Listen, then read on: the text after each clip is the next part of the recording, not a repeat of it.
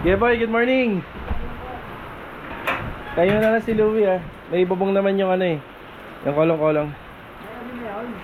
May nagawa ko na. Wait lang. Ay, good morning. Nakaka-stress pa rin ang araw na to mga karohaus. Yan ah. Kaya itong mga vaccine ano? Yeah boy, ito yung plano. Di bali dadaan po kayo sa hardware ni Louie bago kayo pumasok ng new lift. Yan na, meron naman budget sa kanya. So ito po yung ano, ito yung sa loob ng bahay. Susunod po ako rin. Nakakaraw sa araw po ng Miyerkules. Yan, August 19. So ngayong araw, pili pa rin po yung deployment natin. So kakamadahin pa rin po natin yung manpower regarding po dun sa mga project na pinapasukan natin. Yan o. Yung mga bagong open project natin hindi pa po talaga maumpisahan. At saka yung project natin sa phase 6 medyo alanganin pa. Tsaka yun dun sa Anyana. Pero susubukan natin magpapasok ngayon dun sa Anyana. Tingnan natin kung makakagawa. Ayun yung lagay ng panahon ha.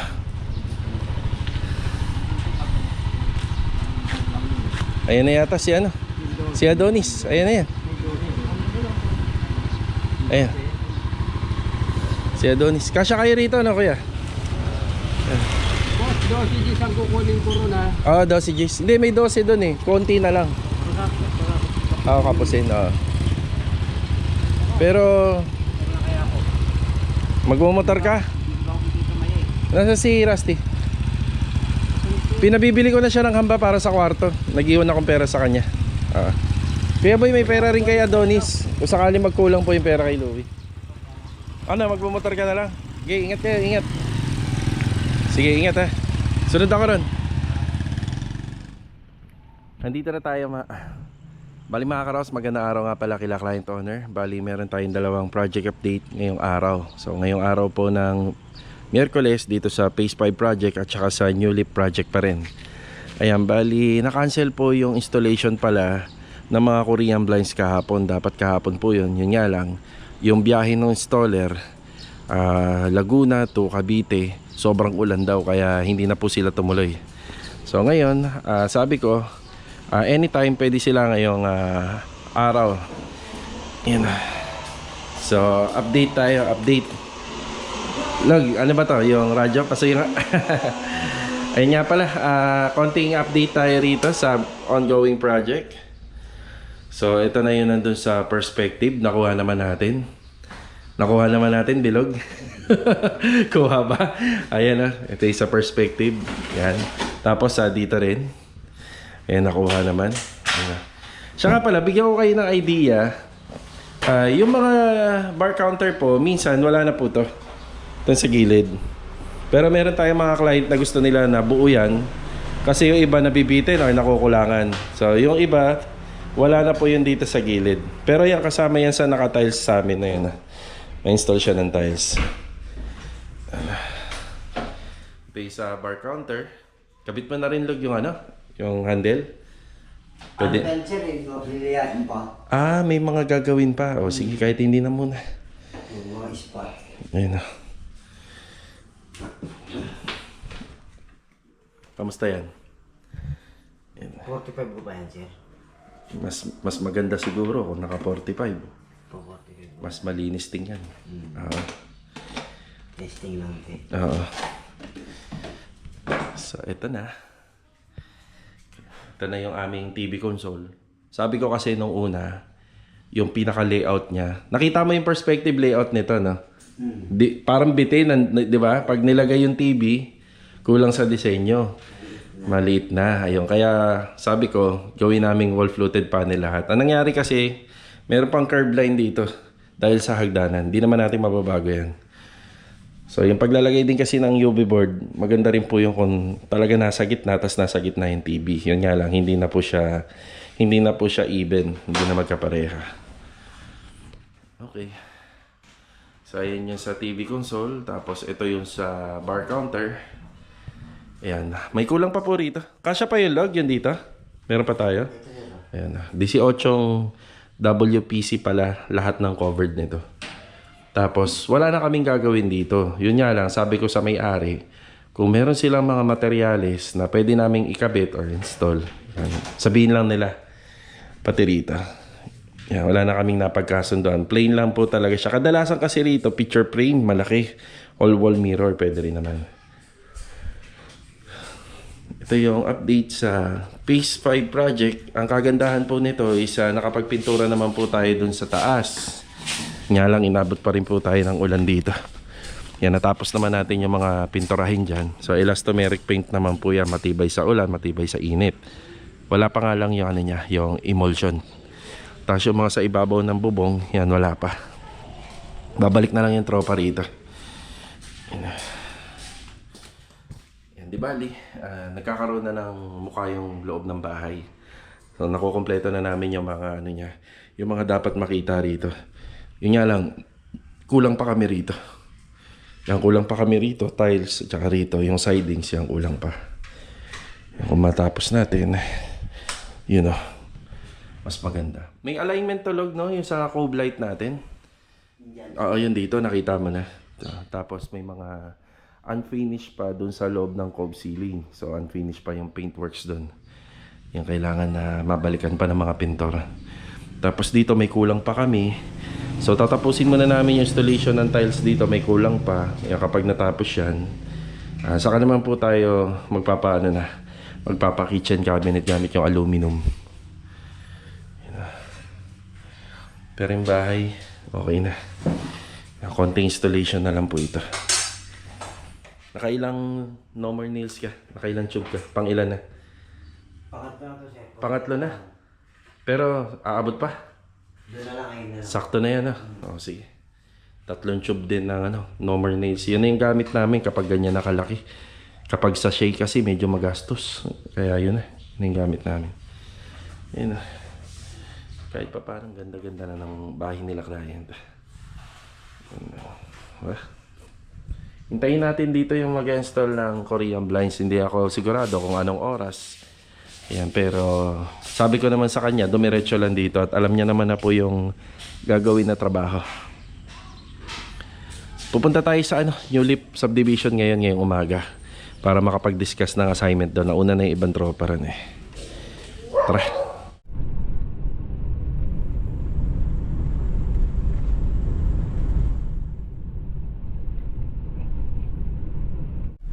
Bali mga karos, nandito na tayo sa New Leaf Project.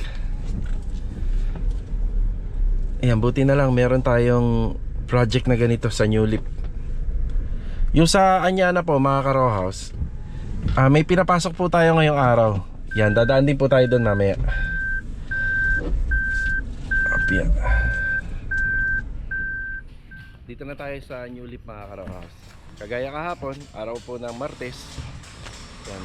Ganito yung panahon natin. Tapos maambon po siya, maambon. Magandang araw kay client owner natin dito. Okay, bali isa sa mga assignment natin dito, syempre yung pagkumpleto ng ceiling framing. Nag-electrical na po tayo. Tapos nagpahabol na ako ng isang hamba pa na may sukat na 70 by 210. Ayan. Tapos nagkaroon kagad ako ng back job dito. So, importante din po talaga yung sa pag-i-edit. Hindi ko masyadong napansin to. Medyo madilim pa kasi. Masyadong malapit po yung isang switch and outlet dito sa lutuan. Ayan, pinababago na kagad natin. Yan, buti na lang, bago pa, no? Hindi pa ganun katigas. Ayan. So, ano ko po yan? Ako po kasi yung nag-layout, kaya fault ko rin po yan. Pero yun nga, nung nakita at napansin ko, agad ko po agad pinabago. Yan, nag-i-edit ako kahapon para sa video na in-upload ko kaninang umaga. Nakita ko kagad at napansin ko. So medyo malayo yung gap ng dalawang outlet and switches. Dapat to, ang standard nito at least 50 to 40 cm. Malayo siya sa malayo siya sa lutuan. Ayan. Tapos ito yung excess natin na insulation.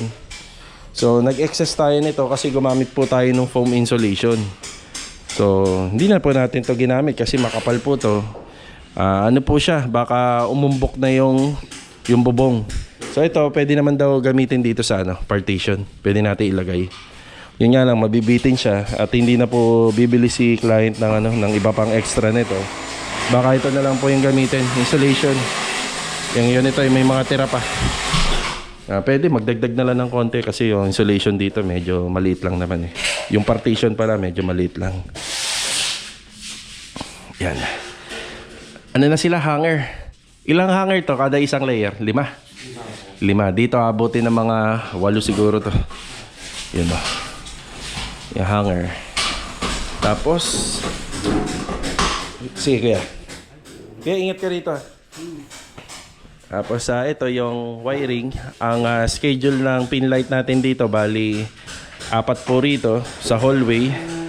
Meron tayong 3 rito, isa rito, tapos dito sa hallway, tapos dito sa kwarto 4 din. Hindi nagpalagay ng center light si client owner. Tapos dito, meron si client owner na design na simpleng TV console lang banda rito. Yan, mag-aabang din po tayo para sa live wire at saka para sa ilaw. Yun ang ano rito. Yun ang assignment natin. Tapos may mga dumating na materyales. Ito karagdagan, metal paring, carrying channel at saka itong metal studs. Yan. Tapos yung mga nagawa pala kahapon, bago tayo umalis dito kahapon, ayan, may ceiling framing na to. Ceiling framing rito. Yan. So, depende po sa request ng may-ari kung paano yung pagkakalatag ng PVC panel. Yun lang naman yung alamin natin. For example, ganito pahalang.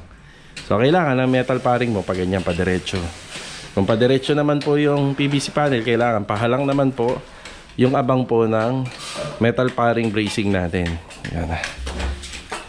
Tapos, dito, meron na rin dito. Yan, bali, hahabol po rin yung electrician natin. Habol siya rito. Tsaka dito. So kailangan dito meron tayong exhaust fan. So wala pa nga pala yung nito, yung pipeline. Yan na. Wala pa yung pipeline. Magre-reduce po kami ng DDoS na pipe dito. Re-reduce kami para sa daanan ng linya. Yan na.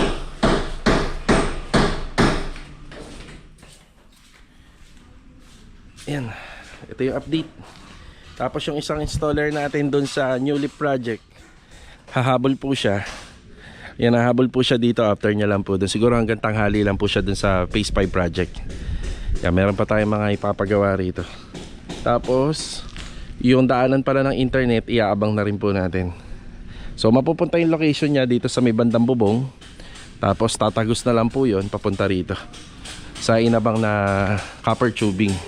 So dyan na po natin siya itatago para nakatago siya. Maganda siya tingnan. Tapos yung ceiling framing dito, yan, papaayos na rin natin.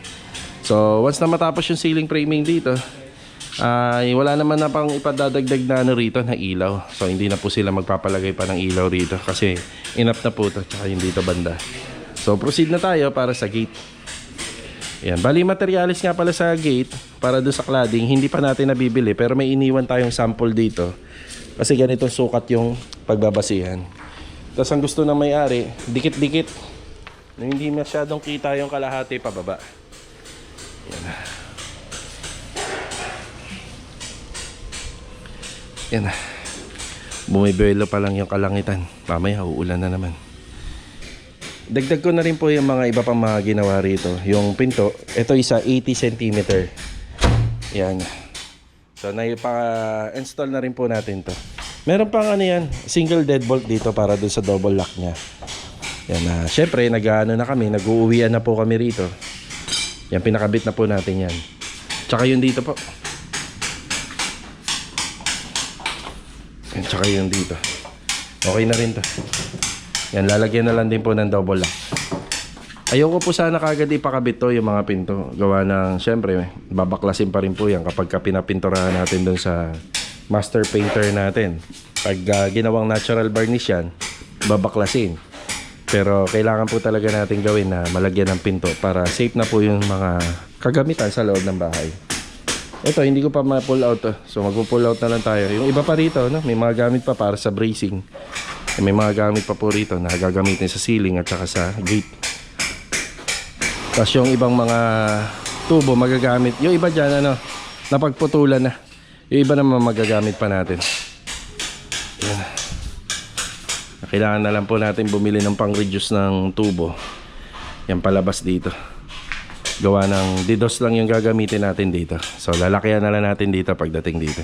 Gawin na lang natin mga detres. Ayan na.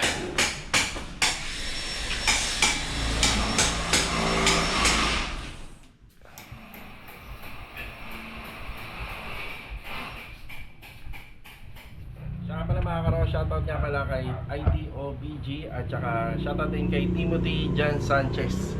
And shoutout din sa misis niya na si Ma'am Ann at saka sa anak nila na si Jello from Turkey. Ang God bless po sa inyo. Bali mga karaos, nandito tayo sa Anyana Bel Air West Project. Magandang araw nga pala kila client owner. Ayan, nagpapasok po tayo ng tile setter dito. Ayan, bali ang usapan naman po namin ni Kuya kung sakali pa mag-uulan, ayan, may scaffolding tayo dyan. May pangharang tayo na pinulik board, yun ang gagawin nating bubong dito. So ito yung karagdagan na deco stone para dito sa project. Nagkasundo kami ni client owner na lalagyan na po yung mga poste. Yan, lalagyan po siya. Pero yung pagdating dito sa ano na to, mataas na poste na may concrete canopy, bali wala na po to. Yan, pinturado na lang po to. So yan yung lalagyan niya, yung 4 na poste sa harapan ng bahay. Yan. Nung kailangan kasi namin ng deco stone, yan talaga dapat yung meron. Yun nga lang, kulang, hindi sapat yung dami niya, kaya napunta po dun. So yun naman, ibabalik naman talaga namin yung disenyo na yan, kasi sa gitna meron siyang deco stone sa gitna. Ibabalik talaga namin. Ngayon nung nagkaroon na, sinabihan ko kagad si client owner na kung gusto pa nilang ipalagay, palagay na po natin para mag fit out na po dun sa design. So ayan, kita naman na natin, halos bumagay na. Yan, pumantay na po yung disenyo ng bahay. Yan. Kung uulan man yan, lalagyan na lang po ni Kuya ng taklob dito sa harapan. Yan, wala yan Kuya, hindi yan kasama. Poste lang talaga. Sana wag na lang umulan. Wag na umulan hanggang maghapon para, or umambon, para matapos ni Kuya to. Hindi na rin siya mahirapan para matapos niya. So sa isang poste nga pala, isang box yung magagamit natin dyan. Isang box. Tapos doon halos 4 po yung in order natin, sakto na po yan. Ayan.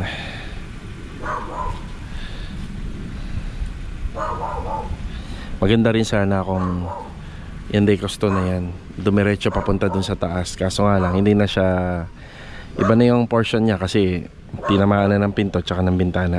Pero kung open wall, maganda rin po sana yan, diretso sa taas.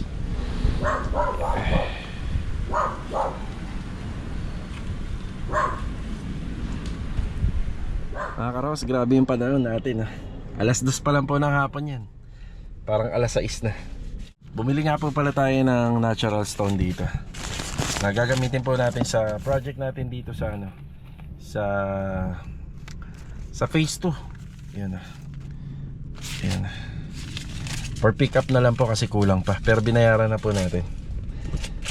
Yan, diretso po tayo ng New Leaf project. Babalik po tayo doon para makapag-update po sa mga nagawa. Tapos babalik po tayo sa New Leaf project para makapag-update pa po doon sa mga nagawa ngayong araw. Mukhang uulan na ng malakas. Ayun. Tapos babalik po tayo sa phase 5 project mamaya. Bali si Sir Ricky, hindi siya sigurado kung matutuloy siya ngayon. 5:00 po ng hapon yung niya, yung nire-request niyang oras. So tingnan natin kung may isasama natin sa vlog ngayong araw na to. May 3 oras pa naman po tayo. Tingnan natin kung may isasama natin, kasi kung uulan mamaya ng matindi, baka hindi na rin matuloy yun sila Sir Ricky De Losa. Sa installation po ng Korean blinds yun, para doon sa project natin sa phase 5. Ay, naku, uulan na ng matindi to.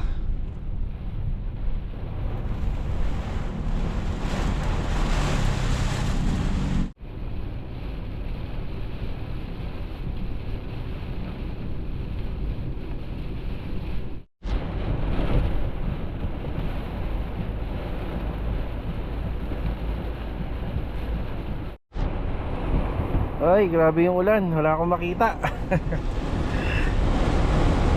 Ang lakas.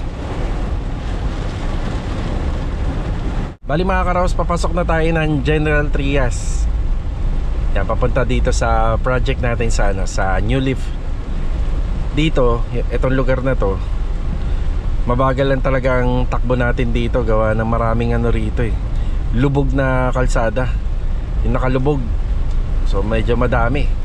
Kaya kakapain lang natin kung saan banda yun. Hirap dito yung mga nakamotor. Yun ang delikado rito. Yan, dahan-dahan lang tayo rito. Lakas pa rin ang ulan, no? Kagaya nun, kabisado niya siguro. Ayan, maraming ano dyan, maraming lubog-lubog na yun o, tapat sa atin.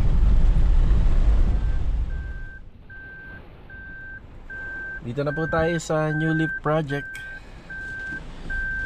Mukhang hindi matutuloy sila Sir Ricky. Nag-message na sa akin. And susubukan po daw nila na matuloy ngayong araw. Sobrang lakas daw ng ulan doon sa panggagalingan nila. Yan, pagdating dito sa New Leaf Project, ganun pa rin, maulan pa rin. Ito na yata yung bagyong si Neneng. Sana tumila ng konti para makapasok tayo dun sa loob. Yan, thank you Lord, duminto na yung ulan. Yan na, update na tayo, final update dito sa New Leaf Project. Yan na. Kahit pa paano, itong project na to talagang mabilis namin napausad to. Ano pa lang po kami dito, kung bibilangin nyo po yung araw na gumawa kami rito, mga nasa 2 buwan pa lang. Mahigit, 2 buwan mahigit. Ang kaibahan dito, meron kasing 5 taong gumawa dito nung una. Tapos ito, yung mga finishing workers natin, sila na yung gumagawa ngayon dito. Yan, tatanungin pa natin kay client dito kung dire-diretso na to hanggang sa finishing. Yan. Ilaw, bali ayan bali naka-install na yung ilaw rito. Gumamit pala kami ng drop light dito, tapos di bulb light na lang. Tapos ito surface type.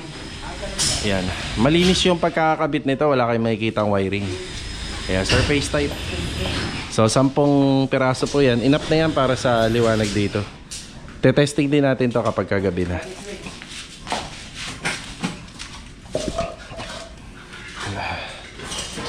Yan, tuloy-tuloy lang naman yung yung paglalatag ng mga electrical wiring. Yan. Tapos dito, nakapag division na kami, bali 1 bedroom lang. Kumain pa kami ng mga ilang centimeter dito. Siguro mga nasa ano to. Yan, nasa 110 centimeter yan, mga ganyan. 110 centimeter. Kaya medyo lumaki yung kwarto niya. May mga nagtatanong sa comment, nasan daw yung kwarto nito? Ito na po yung kwarto. Yan na yung pinaka-kwarto niya. Ngayon, kung magtatanong naman kayo kung nasaan yung pinaka-dining area niya, dito yung dining area. Yan. Pwedeng mapunta dyan, conforme na lang sa may-ari. Kasi yung dito sa may outside area, pwede naman maging dining area yan. Kung ako nga tatanungin, mas masarap kumain dyan kaysa rito sa loob. Ito yung pinaka-living space niya. Dito pa yung sofa area na pa L-type. Tapos dito yung TV console. Yan. Yung sobra na yung ito. Yung rock wool insulation, ipinalalagay na lang po ni client dito sa pagitan ng room partition. Alam niyo mga karaos, yan naman talaga yung maganda dyan eh. Ito talaga. Kung hindi yan, styrofoam. Yan. Styrofoam yan, maganda rin yan. Pero ito kasi medyo mahal to, medyo pricey. So isa yan sa gusto ipag-ilagay ni client owner. Ubusin na lang daw namin dito. Tapos magdadagdag na lang tayo ng 10mm double foam insulation.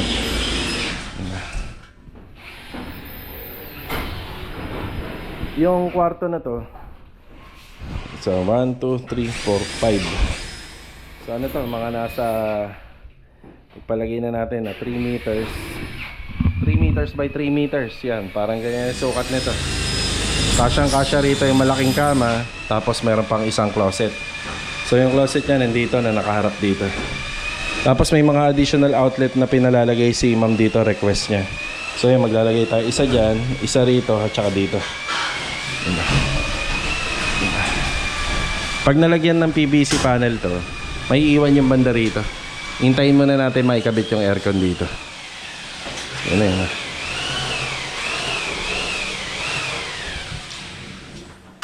Tapos syempre may additional din na ano rito, outlet, yung mga pinakakabit ni client owner. Ito.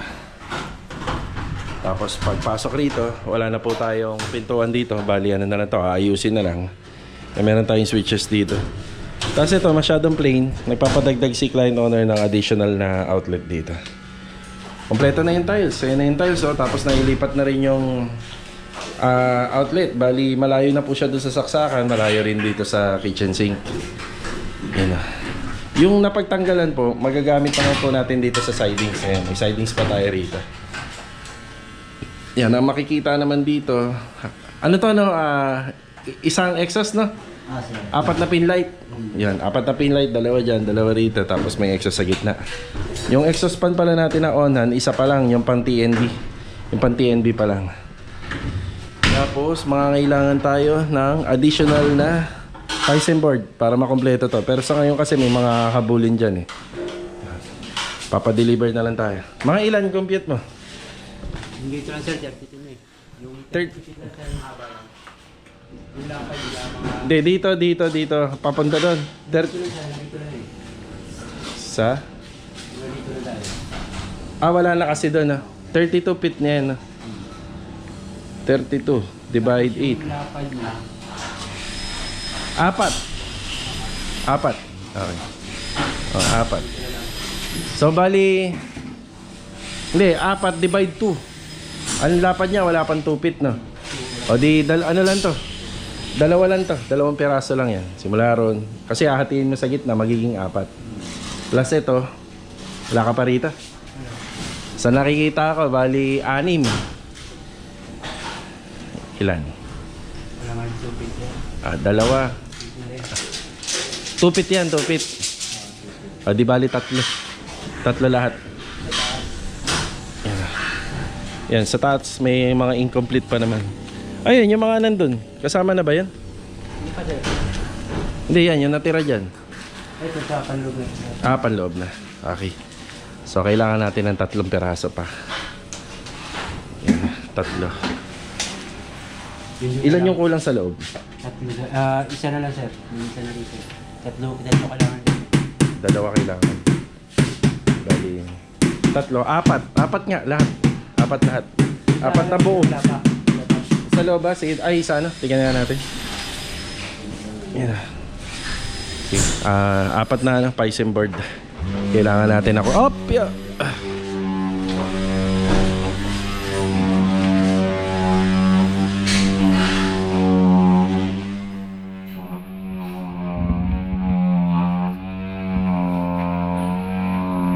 Matatapos na pala to.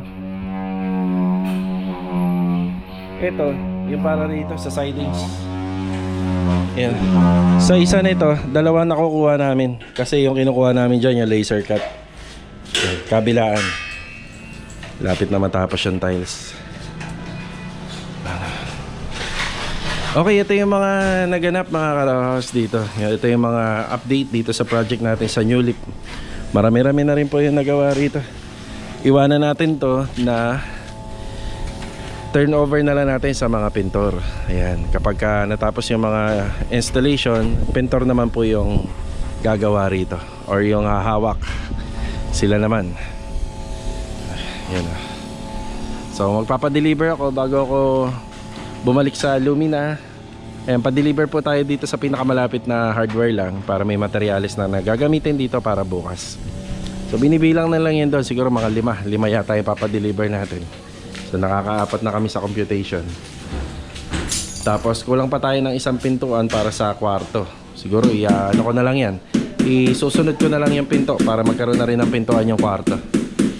Yan, ang kasunod naman po nung sa electrical, kapag natapos po yung mga wirings niyan, syempre testing muna. Kapag okay na, na-test na, saka tayo magpapakabit na ng mga ano rito, ng mga PVC panel sa loob ng bahay.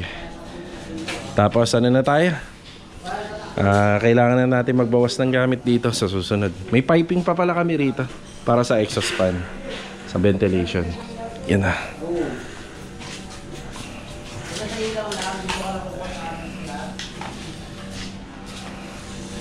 Buti isang bagsakan lang yung ulan kanina. Yan na. Meron pa kasing kisame yun, yung pinaka-ibs. So yun yung sinusukatan dito. Bali mga karos, hanggang dito na lang po muna yung vlog ngayong araw po na Miyerkules. Kaya kita-kita na lang ulit tayo sa susunod na video. Ilan? 26 feet. Simula doon. 2 makukuha sa isa. Tama na? Oh, sige, sige. So see you on my next vlog. Ito, God bless. Ayan, paalam po muna. 2 feet lang dito sir. Sige. Let's go. Tara.